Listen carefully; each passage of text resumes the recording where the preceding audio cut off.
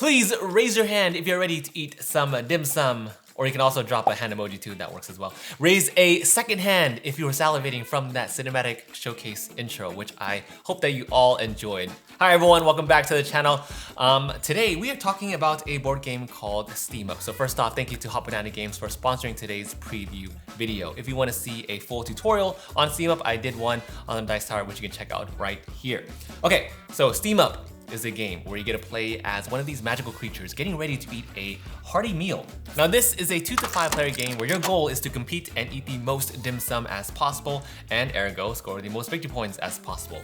This is also a set collection game, which is a fancy way of saying that the whole point of this game is to gather the most resources, aka food, so that way they complete sets and score you more points. There are also variable player powers, which means that each character that you play as introduces a unique power that only you will have access to, and there are 12 mythical animals to choose from. Now, to start the game, first player will start off with this chili token, and on your turn you can perform 2 different actions that are all revolved around gaining resources. There are 5 actions in total, which are, number 1, gaining a food token, simple as that.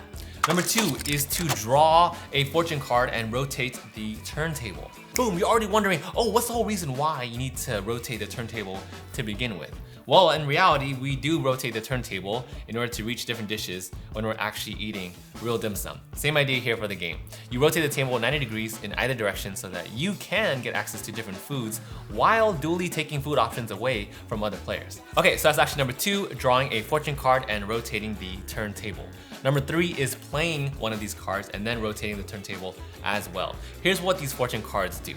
These cards will generally help you or intervene with other players, which is a nice way of saying sabotage. And they also serve as actions that can affect all players. There are a variety of types. You have cards that score you points, like this card right here, which has a catch-up mechanic in play in case you're trailing behind a little bit. And in turn, it will give you a 1-point boost. You have your search cards or resource exchange cards that move dim sum around or add to the center resources.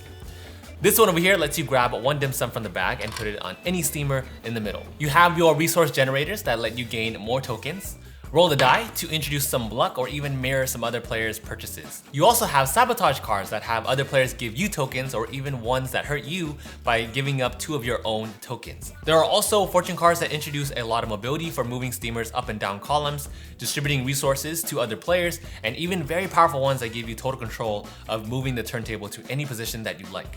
And lastly, fortune cards also allow you to manipulate the fate deck, which are pretty much event cards that we'll talk about in a bit. So all of that is what makes up the fortune deck. Those cards are all about interactions with other players, moving resources around, controlling the turntable, and other unique actions like mirroring moves. And in turn, those are 3 of the possible actions that you can do so far in this game. Take a token, draw a fortune card and rotate the turntable, and play a fortune card and rotate the turntable as well. Action number 4 is to exchange 2 fortune cards for 1 token. Everyone starts with a different number of fortune cards depending on the animal that you end up choosing. The gambler, for instance, starts with 4 fortune cards, but the angry customer only starts with 2 fortune cards. And you'll gain more cards if you decide to use one of your actions to draw fortune cards. Now sometimes though, you're gonna need to prioritize tokens or fortune cards, and that's where the exchange action comes into play. That is action number 4. And the final action number 5 is to buy a steamer within your feast zone by spending food tokens that match the dim sum inside that specific steamer. Now once you do, you put the dim sum in the steamer right on your player board, and that is how you score hearty points. Now notice here how if you're playing as Grandpa, you would only score 1 point across the entire board.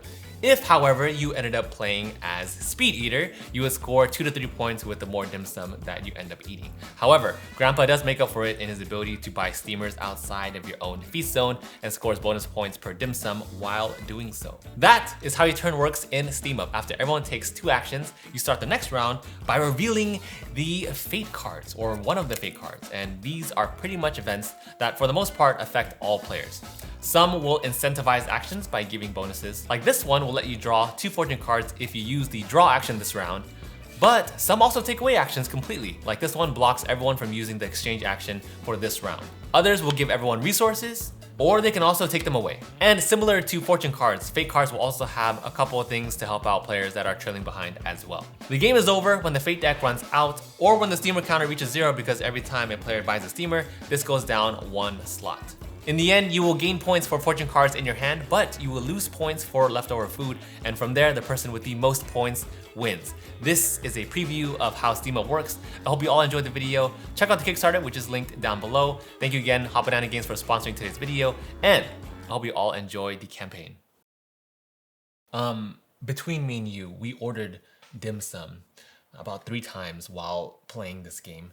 And was it for filming purposes specifically? Yes. Yes.